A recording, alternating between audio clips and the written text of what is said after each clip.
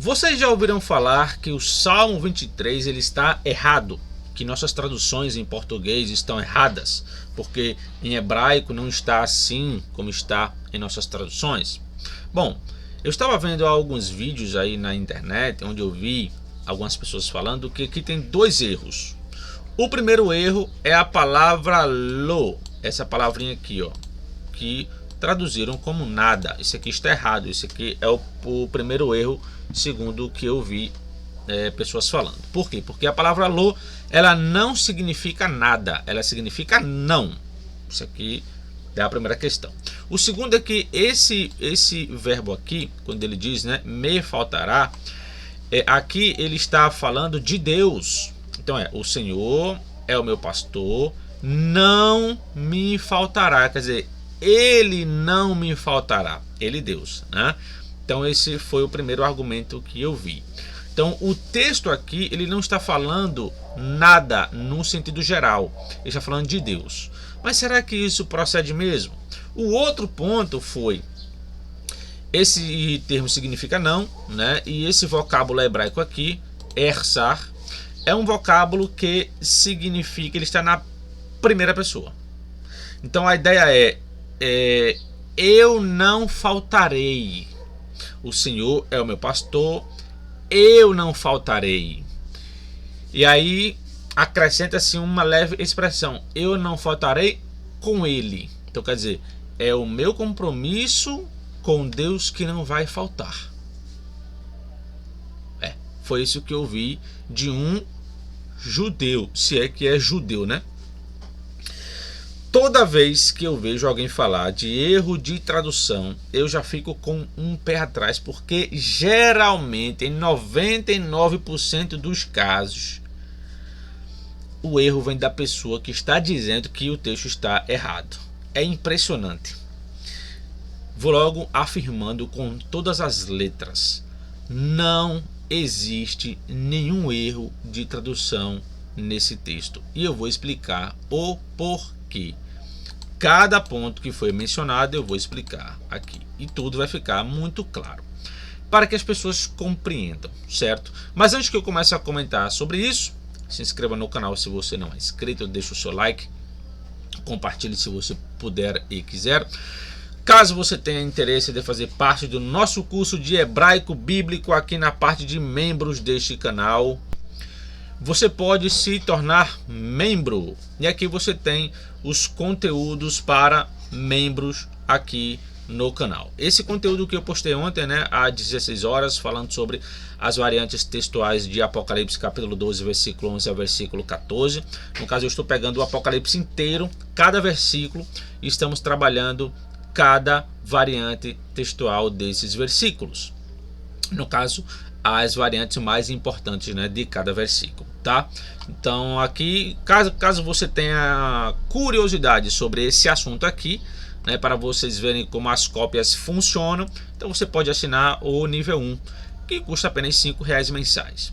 Agora, caso você tenha interesse de fazer parte do nosso curso de hebraico bíblico, que está também na parte de membros, então você assina o nível 2, que você paga R$20. Aí você tem acesso tanto ao conteúdo de hebraico quanto ao conteúdo das variantes textuais do Apocalipse, beleza? Aí você paga R$20 mensais. E caso você queira assinar o nível 3, você paga R$80 mensais, né? Mas nesse nível 3 você não tem nada, né? Apenas aí para ajudar o canal, tá? E o pessoal que já está no curso de hebraico, mandem mensagem para mim lá no meu privado para eu mandar a matéria escrita, beleza? Então é isso, pessoal.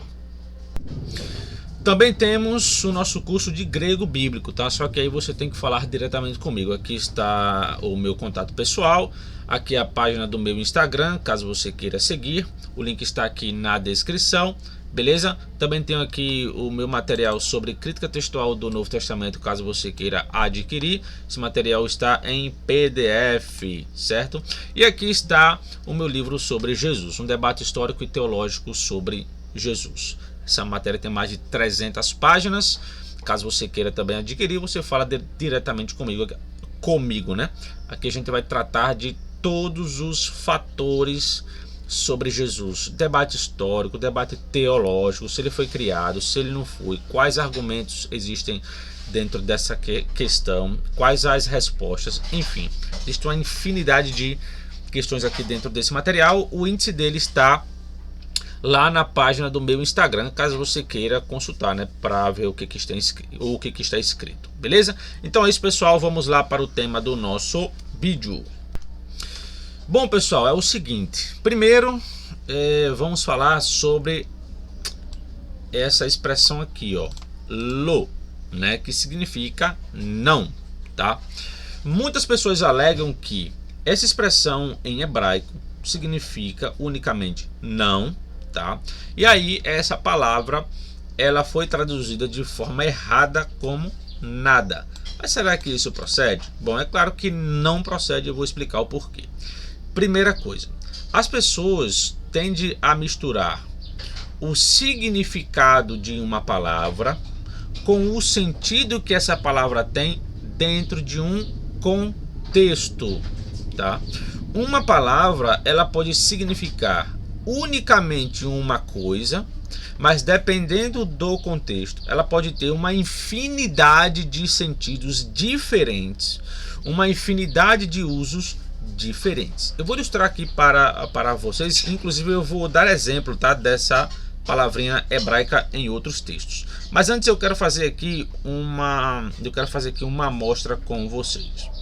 Vocês estão vendo aqui essa palavra ponto, e aqui vocês têm esse pontinho aqui, pronto.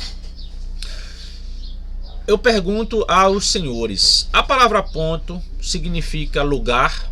Não, não significa lugar. A palavra ponto significa argumento? Não, não significa argumento. A palavra ponto significa o fim de uma conversa? Pode significar. Mas veja, o que acontece? A palavra ponto, embora signifique apenas ponto, ela pode ter uma infinidade de sentidos diferentes de acordo com cada contexto. Imagine que nós estamos olhando um mapa, certo?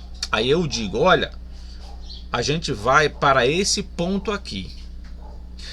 Essa palavra ponto que eu estou tocando no mapa significa o quê? Significa lugar. Então ponto está neste contexto significando o quê? Lugar.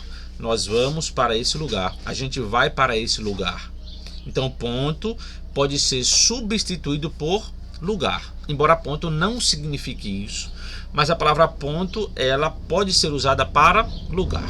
Agora esqueça esse negócio do mapa, vamos para um outro contexto. Digamos que nós estamos debatendo algum assunto, e aí eu te faço uma pergunta e você me traz uma resposta excelente. Aí eu posso falar, gostei desse ponto, esse ponto é interessante, ou seja, essa resposta é interessante, esse argumento é interessante. Então quer dizer, a palavra ponto nesse contexto ela já tem uma outra ideia. Então quando eu falei esse ponto é interessante, eu posso trocar a palavra ponto por argumento, esse argumento é interessante. Esse fenômeno acontece em qualquer língua do mundo, qualquer língua que você pegar, você tem essa ideia, onde uma palavra ela pode significar uma única coisa, mas ela pode ter uma infinidade de usos dependendo das palavras com que ela esteja relacionada, dependendo do contexto. Imagine, por exemplo, se eu falo assim, ó, eu comi bolo com colher. Veja que a preposição com nesta frase ela significa o que? Ela significa meio. Eu posso trocar a palavra com para por meio. Eu comi bolo por meio de uma colher, certo? Agora, se eu trocar a palavra colher e usar a palavra amigo, já muda tudo. Olha, eu comi bolo com meu amigo. A palavra com, neste caso, já não significa mais meio, ela significa uma associação. Tanto eu quanto o meu amigo, nós comemos aquele bolo, certo? Então veja, por causa de uma alteração de um vocábulo, a preposição com, ela sofreu uma mudança de sentido, certo? Agora vamos ver isso dentro do próprio texto em hebraico. Veja, por exemplo, esse texto de 2 Samuel, capítulo 23, versículo 4. Aqui você tem a palavra lo, certo? Que é a mesma palavra lá que está no Salmo. Só que lo aqui, olha como que eles traduziram. Eles traduziram como sem. Ó. Por quê? Porque aqui diz: e será como a luz da manhã, quando sai o sol, de manhã sem nuvens. Se você traduz isso aqui como não nuvens, é algo que não faz sentido, porque aqui você tem, aqui ó, você vai ter o boker, né, que é manhã, lo, não, avot, avot é nuvens, tá? Então quando eu pego aqui a palavra lo, nesse contexto ela significa sem. Por quê? Porque não faz sentido eu traduzir isso aqui como de manhã não nuvens, entende? Então, qual é o sentido aqui de lo? Sem nuvens. Perfeito. Certo? Então, o que a gente não pode confundir é o significado que a palavra tem com o uso ou os diversos usos e sentidos que ela pode adquirir dentro de um contexto, tá? Outro exemplo, ó. Aqui em Jó, capítulo 6, versículo 20, a Bíblia NVI traduziu assim, ó: pois agora vocês de nada me valeram. Aqui, ó, o lo está sendo traduzido como de nada. De nada. Agora traduza isso aqui como não. Pois agora vocês não me valeram ou não me valem. Entende que fica algo meio vocês não me valem? Fica algo desconexo com as outras palavras. Então aqui se traduz todas as traduções que usam a tradução de lo aqui, ela vai colocar como nada. Elas não vão colocar como não. Por quê? Porque não vai ter conexão, né? Então assim, muitas palavras elas modificam o sentido de outra palavra. Isso que é interessante dentro da questão semântica. Quando nós vamos estudar a ideia semântica de uma palavra, aquela palavra ela pode ser alterada por causa do significado de outra palavra, certo? Imagine que eu digo assim, se eu falar assim, ó, isso não serve. Você percebe que a palavra não, ela faz sentido com a palavra serve? Isso não serve, ok.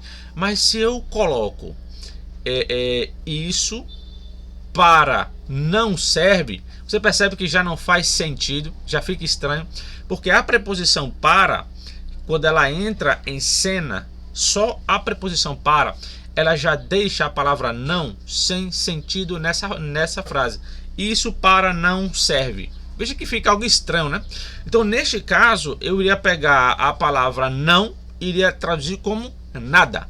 E isso para nada serve. Veja como já faz sentido. Entende? Então, o uso de uma palavra não depende exclusivamente dela.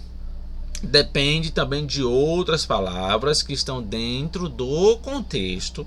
Depende do relacionamento que uma palavra vai ter com outra. O sentido daquela palavra, daquela expressão pode ser alterado a todo tempo. Isso só o contexto pode decidir. Agora vamos lá para o texto de... Veja, né? Neste caso aqui, eles traduziram como de nada. Aí no texto lá de Samuel, eles traduziram como sem. Existe uma infinidade de usos. Ela pode ser vertida como ninguém, nada, sem, nem. Ela pode ter uma infinidade de usos. É só vocês pegarem algum léxico bom, né? Léxico assim mais exaustivo, tipo esse aqui, ó. Se vocês pegarem esse léxico aqui, vocês vão ver que o autor, né, ele pega essa palavra lo e ele sai colocando em diversos contextos com diversos sentidos diferentes. O léxico do William Holiday, esse aqui, ó, ele diz que aqui em Jó 6:21, né, aqui tem a ideia de fato de nada, nada mesmo aqui, tá? Esse aqui é outra obra. Um outro léxico, né, que inclusive saiu recentemente, esse aqui, ó, o léxico do Antigo Testamento, né, esse léxico aqui, ele também vai trabalhar os diversos sentidos que a palavra lo ela pode ter dentro de um contexto. Inclusive, né, um dos sentidos é nada, que está aqui nessa obra. Aí o que acontece? Quando nós vamos para o Salmo, uma coisa que o pessoal comete muito erro é analisar o texto fora do seu contexto. Todo mundo que disse que a tradução do Salmo 23 está errada, não olharam o contexto. O contexto ele é o fator primordial para a gente analisar qualquer tradução de um texto. Então veja, aqui quando ele usa a palavra nada, nós temos que olhar os versículos seguintes, o que esses versículos falam, certo? Mas antes que a gente comece a olhar aqui cada parte do contexto, vamos aqui analisar alguns fatores. Primeira coisa, quando alguém diz que esse verbo aqui, ersar, ele é usado, deixa eu trocar aqui a cor, tá? Quando fala aqui, ó, faltará, que dizem que não me faltará, no caso, Deus não faltará, isso está errado. Por quê? Porque para isso ser possível, esse verbo ele teria que estar na terceira pessoa do singular. Ele não faltará. Só que o verbo está na primeira pessoa do imperfeito do tronco kal, indicando o que? Eu. Então aqui o sujeito é o próprio escritor, né? Então veja, primeira coisa, nós temos aqui que analisar dois fatores. O primeiro é essas duas expressões aqui, ó. Essa expressão mismor, mismor le David, um salmo de Davi. Então veja, a gente sabe que Davi era o quê? Davi inicialmente ele era pastor de ovelhas, ele cuidava de ovelhas. Então, se ele cuidava de ovelhas, ele já tinha uma experiência de vida com ovelhas. Então, ele sabia como tratar, ele sabia como cuidar, ele sabia de tudo o que era necessário fazer para cuidar daquelas ovelhas, certo? Então, aqui nós temos a expressão mismor le David, né? Que é a expressão aqui Davi, né? Como está aqui em português, tá? Quando nós vamos para o texto grego, nós encontramos a mesma coisa. Aqui, ó, o Psalmos Todaoid, tá? Psalmos Todaoid, que é o Salmo de Davi, é a mesma coisa. Aí aqui ele vai dizer, né, Yevá, ele usa o tetragrama, né, que é o nome de Deus em hebraico. Embora essa não seja a pronúncia, né, que eu estou pronunciando apenas o que está aqui, Yevá. Aqui nós temos aqui o Senhor, que na verdade aqui seria o nome de Deus, né? E não Senhor em si, mas enfim.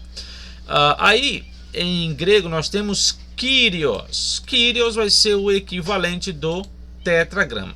O interessante aqui é que nós temos o roi. Roi, pessoal, que é um particípio, tá?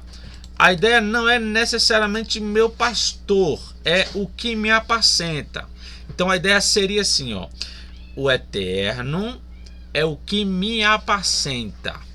E aqui veja que em grego, quando foi aqui traduzir o termo roi, porque roi aqui, ó, você tem o ro, que é essa parte aqui, e essa última letrinha aqui, que eu vou marcar agora em azul, é o sufixo pronominal, mi.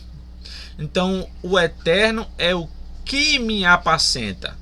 Aí quando nós olhamos para o grego, ele traduz aqui a expressão como um verbo, poimainei me, que é me apacenta, o Senhor me apacenta, certo? Então a ideia aqui é de que Deus ele apacenta, ele faz o trabalho de apacentar. Então quem apacenta é pastor, então as traduções colocam como meu pastor. Mas aqui é uma ideia de ação, tá? Então aqui nós temos o Senhor me apacenta. Aí o que acontece? Aí diz, não terei falta. Eu não terei falta. Aí quando nós olhamos o contexto, que é o fator primordial, nós vamos entender o que esse lo aqui significa nesse contexto. Porque o que está sendo aqui tratado nos versículos seguintes? Vamos ver. Veja aqui, ó, lo aqui ele pode sim ser traduzido como nada por causa do contexto. Quando nós olhamos o versículo 2, veja o que ele fala. Deitar-me faz em verdes pastos. Opa, deitar-me faz? Quando nós olhamos em hebraico aqui, nós temos aqui a expressão, ó, yarbitseni, tá? Aqui, ó, essa parte é deitar-me faz. Aí aqui você tem o ni, que é essa expressãozinha aqui, ó, que está em amarelo, tá? Essa expressão em amarelo é o sufixo me, tá? E o verbo é faz deitar, que esse verbo ele está no grau refill, né? E o refill é uma ideia causativa, ou seja, o autor ele está dizendo que Deus é quem faz ele se deitar. Ou seja, Deus é quem causa isso. Deus permite com que ele se deite em verdes pastos. Veja que aqui a gente já vê, né? Quando uma ovelha ela vai para os pastos, ela vai o que? Ela vai comer, ela vai se alimentar, ela vai se nutrir. Então veja que o verbo ele está na terceira pessoa do singular. Ele me faz deitar. Então perceba que o versículo 2 aqui já começa a falar de quê? Da provisão de Deus para com o próprio salmista. Aí continua. Aí ele vai dizer aqui, né? Guia-me. Aqui você tem o guia, né? Que é esse verbo aqui, ó. Yenahaleni, tá? Essa parte aqui é guia, e essas duas últimas letrinhas aqui, ó, é o me. Então guia-me, certo? Guia-me mansamente a águas tranquilas. Quando ele fala águas tranquilas, alme é junto de águas tranquilas, próximo de águas tranquilas. Aí aqui você tem a expressão menuchot. Menuchot é tranquilidade. Aqui, deixa eu marcar aqui. Vou deixar assim mesmo. Menuchot envolve o que? Descanso, tranquilidade. Ele guia-me a águas de descanso, onde eu posso descansar. Então esse versículo 2 ele é chamado de paralelismo progressivo. O que é isso? É quando o texto seguinte ele vai ser uma sequência lógica de algo anterior. Então o versículo 1, essa parte final aqui, ó, quando ele fala não terei falta, ela vai ser explicada pelo quê? Pelo versículo 2. Por que ele não vai ter falta? Porque Deus ele faz ele deitar em verdes pastos. Deus guia ele em águas tranquilas ou junto a águas de descanso, onde ele pode descansar. Então quer dizer aqui, esse versículo 2 está mostrando o que? A provisão de Deus para com o salmista, certo? Então por isso que se traduz como nada, porque se Deus é quem está apacentando ele, se uma ovelha ela tem pastor, ela vai ser cuidada, ela vai ser muito bem tratada, ela vai ser alimentada, ou seja, não vai faltar nada para ele. Por isso que o termo lo aqui, ele pode sim ser traduzido como nada, por causa do que está acontecendo posteriormente, né? O salmista ele vem falando da provisão de Deus, né? Deus permite com que ele se deite em verdes pastos. Deus faz ele se deitar, né? Aí continuando, né, versículo 3, ele diz refrigera a minha alma. A expressão aqui, ó, refrigera, que é o verbo yeshovev.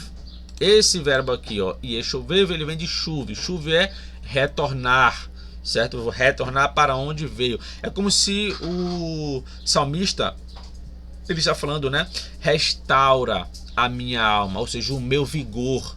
Que aqui nós temos a expressão nafesh, né? Que é nafesh, vem de nefesh, né? Que é alma. E o i aqui, essa última letrinha aqui, que está em azul agora, que eu vou marcar aqui em azul, é minha, tá? Que é o sufixo pronominal, tá? Então minha alma aqui pode ser o que? O meu vigor. Restaura o meu vigor. guia-me pelas veredas da justiça. Perceba, né, que o autor, ele vem falando de que? Da provisão que Deus faz para com ele. Ele pede para Deus restaurar o seu vigor, a sua alma. Ele diz que Deus o leva para locais de descanso. Ele diz que Deus o alimenta, né, quando leva ali, quando faz deitar em pastos verdejantes, tá? Aí vem, né, versículo 4. Ainda que eu andasse pelo vale da sombra e da morte, não temeria mal algum, porque tu estás comigo. A tua vara e o teu cajado me consolam. Ou como algumas traduções colocam, né, me protegem. Então veja, aqui existe o que? Existe proteção, existe cuidado, existe tranquilidade, existe restauração do vigor, existe fazer com que ele descanse. Quer dizer, tudo o que é necessário para a ovelha, Deus está fazendo. E como Davi, ele era pastor de ovelhas, então automaticamente ele sabe como que um pastor age. Então ele está colocando isso para Deus. Como é que Deus age? Então ele está falando de toda a proteção. Agora vamos entrar num contexto. Davi era o que? Davi era rei. Davi, ele tinha o que? Inimigos. Davi, ele estava em perigos o tempo inteiro. Davi, ele tinha, né, muita briga, né, como a gente vê, inclusive no próprio versículo 5, versículo 6, né, ele fala: preparas uma mesa perante mim, né, na presença dos meus inimigos. Então veja, ali ele já menciona o que? Inimigos. Por quê? Porque ele vivia em um contexto onde ele tinha inimigos, ele participava de guerra, etc. Então, quer dizer, nesse contexto onde Davi ele está falando de guerra e tal, Deus o protegia em todos os lados. Por isso que ele faz esse salmo. Entenda que o salmo não é uma doutrina. O salmo não é um texto onde vai se cumprir na vida de todo mundo. Não. Se fosse assim, o Salmo 91 serviria para todo mundo e ninguém iria morrer, né? Quando fala assim, né? Nenhuma praga chegará à tua tenda. E as pessoas que morreram na Covid? E aí? Entende? Então, o autor, quando ele está escrevendo, ele está passando por um cenário onde ele está sendo protegido. Certo? É uma proteção que Deus faz com ele. E o Salmo 23 não é diferente. Então veja, o Salmo 23, verso 1, 2, 3, 4, 5 e 6, está falando de quê? De uma provisão e que nada de fato vai faltar para ele. Por quê? Porque Deus o apacenta, Deus cuida dele. Então nesse cenário aqui, não está falando de carro, de casa, de nada disso. É um cenário onde o salmista estava, onde ele vivia em disputa, ele vivia em guerra, pessoas queriam matá-lo e Deus o protegia. Entende? Deus pode fazer isso hoje? Pode. Mas entenda que não acontece com todo mundo isso. Isso aqui não é uma regra. O Salmo não é uma doutrina devida para todos. É como se fosse, é como se você pegar um provérbio e interpretar como uma doutrina. Não, isso aqui serve para todo mundo. Negativo. O provérbio é um ponto de vista, o salmo é uma poesia, que essa poesia evidentemente pode acontecer na sua vida, mas não necessariamente é uma regra. Então entenda, aqui esse verbo na primeira pessoa é: eu não terei falta. De quê? De nada. Aí, como nós temos um paralelismo progressivo no versículo 2, que vai descrever o que está acontecendo, então por isso que se traduz aqui como nada, e está plenamente correto, não tem erro nenhum aqui. O contexto inteiro mostra a provisão de Deus para com Davi. Aí quando você pega em grego, você tem aqui o kai, o den é nada. Veja aqui, será que os caras eles não sabiam grego? Pois é, eles traduziram como o den me rusteresei, nada me faltará. Exatamente como está em nossas traduções em português, tá?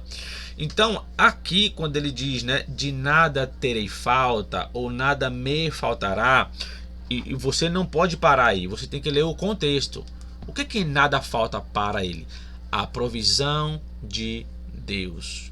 Deus fornece toda a provisão necessária para o proteger. Então sim, nada falta nesse contexto. Não tem nada a ver com carro, com moto, dinheiro, não. Não tem nada a ver com isso aí, tá? Então assim, Salmo você não interpreta fora de contexto. Salmo você não interpreta como doutrina. Salmo é poesia. Evidentemente que tem muitos salmos que são e que servem para todos, como é o caso do Salmo 1. Bem-aventurado o homem que não anda segundo o conselho dos ímpios. Isso é de fato correto, né? Mas existem salmos que são poesias. Existem salmos que faz mais sentido no contexto histórico onde o salmista estava vivendo. Então nada nesse texto aqui implica em erro, não tem erro de nada aqui. O erro é a pessoa olhar a palavra isolada, tira do contexto, não explica o que está acontecendo nos versículos seguintes e faz uma aplicação dizendo que a tradução está errada. Não está errada. Pode sim ser traduzido como nada. Isso depende muito de cada contexto específico. Não da palavra por si só. Como eu mostrei, a palavra alô, ela pode ser usada como sem, ela pode ser usada como ninguém, ela pode ser usada como nada, ela pode ser usada como uma infinidade de usos. É só você consultar léxicos que são mais exaustivos, né? Como é o caso de Colette e Baumgartner, o BDB, o de Luiz Alonso e Schockel, e entre outros, tá? Então, quer dizer, quando a gente fala sobre sentido, vocês têm que compreender que o sentido depende muito de cada contexto. E nesse contexto, a palavra lo faz total sentido ser traduzido como nada. Como eu mostrei, está falando da provisão de Deus. Beleza, pessoal? Então é isso, que Deus abençoe a todos. Não tem nenhum erro de tradução aqui.